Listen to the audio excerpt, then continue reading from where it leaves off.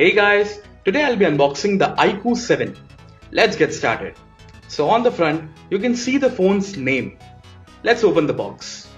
First of all, you can see this black lid with Monster Inside tag. Inside the lid, we have a SIM ejector tool and documentations like important information and warranty card, quick start guide.